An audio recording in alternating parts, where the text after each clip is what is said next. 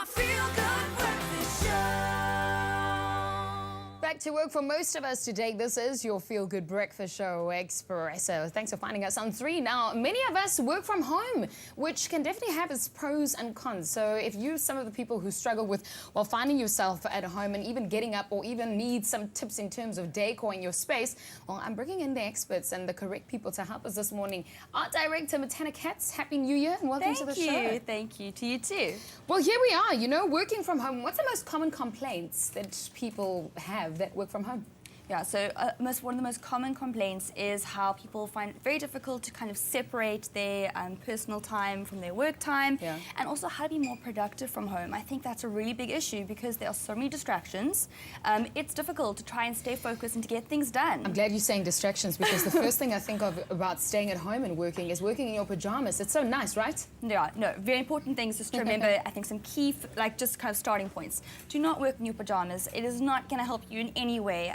Studies have shown to kind of boost your mood, you know, get dressed for work every day. It's a good idea.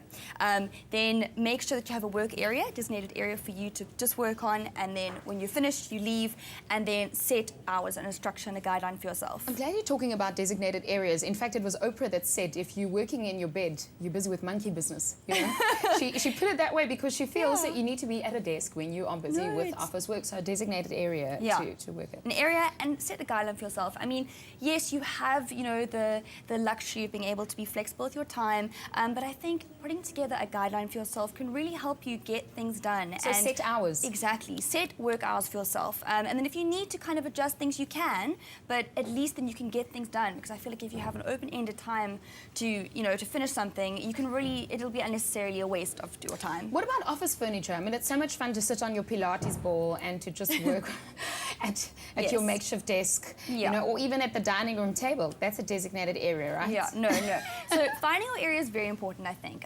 You know, make sure that you have a proper surface to work on, especially if your business requires things like a computer and a keyboard and a printer and a phone line. You know, you need space. I think at least about 100 centimeters on a work surface is a good amount of space, if you can spare that. If you can spare more, I think like the perfect amount of space would be 150 centimeters. Right. So really think about those things.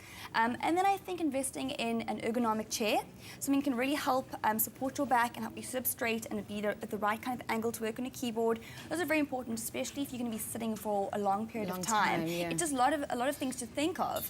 And also where you have it. You don't have to dedicate an entire room. Just one surface that you can work when you need to work on, and then leave it when you're done. Don't go back to it. I'm thinking of the last week because most of us started around the 5th of Jan and we wanted to be next to the pool while working. You need good lighting, right? Very true. Lighting is so important. 3 key features for lighting is natural daylight, some ambient lighting, and task lighting. So if you have a desk that can go into a room that has a nice window and you can have that nice natural light streaming in, then go for it. Put your work surface there. That's great. You don't want to strain your eyes.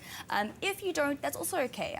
Invest in a really good desk lamp so that you, like, once again, you're not going to be straining your eyes, and just focus so that you can make it as comfortable for yourself as possible. And also, the better your lighting, the longer you can work for and then be more productive. Well, we're looking for a productive 2015 for sure, and thanks for helping us through that, Matanna. If it's hard working from home, you know what they say, stay at the office. Well, that is when you need to work from home. But something else that we want to do in 2015 is take a travel, and in fact, the guys has more on it.